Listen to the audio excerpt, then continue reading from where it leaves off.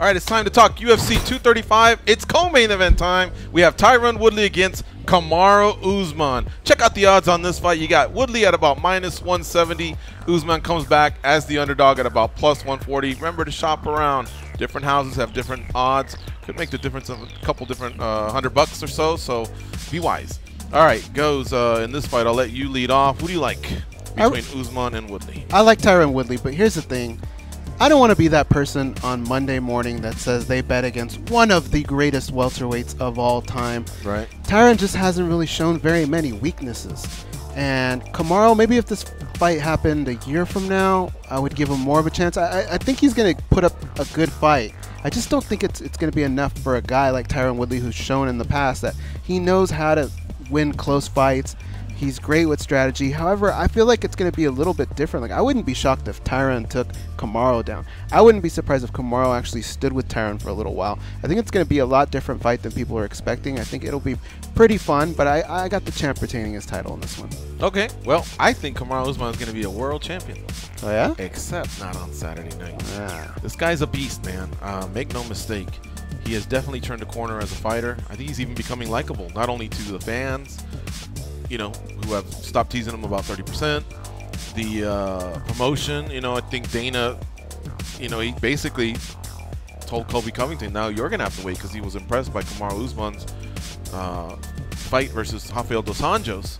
So he's got a really bright future, and especially just because a lot of the African athletes are really, really popping. I think the UFC is going to go to Africa, and I think Africa is they're going to have a couple world champions over these next few years.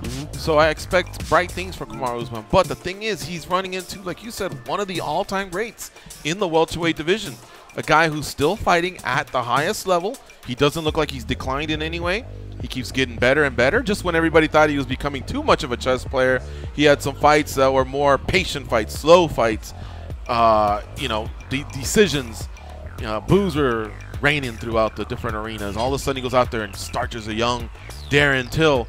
So, like I say, maybe in a few years if they run it back, I might lean more towards Usman. But I think Usman's definitely gaining and getting better. I saw a little bit of embedded. I don't like to use that much, you know, those countdown shows too much as a barometer. Shout out to Joey Odessa, noted odds maker for that. But Usman looks like his striking's really, really coming along. You know, him and the work he's been putting in with Henry Hoops, I expect him to just be, I mean, all around 9.5, 10s when you hit every single check mark. But right now, that's exactly where Woodley is, and I think Usman's slowly closing in. So I think Tyron Woodley's gonna win via decision, though. Both guys are really tough to finish.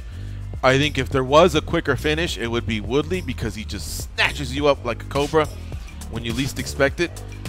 If Usman can do it, it's because he's having early success in round 1, 2, 3, and it's rinse and repeat, and maybe Usman does get a stoppage. But I see more of a decision here, and I see more of a Woodley win.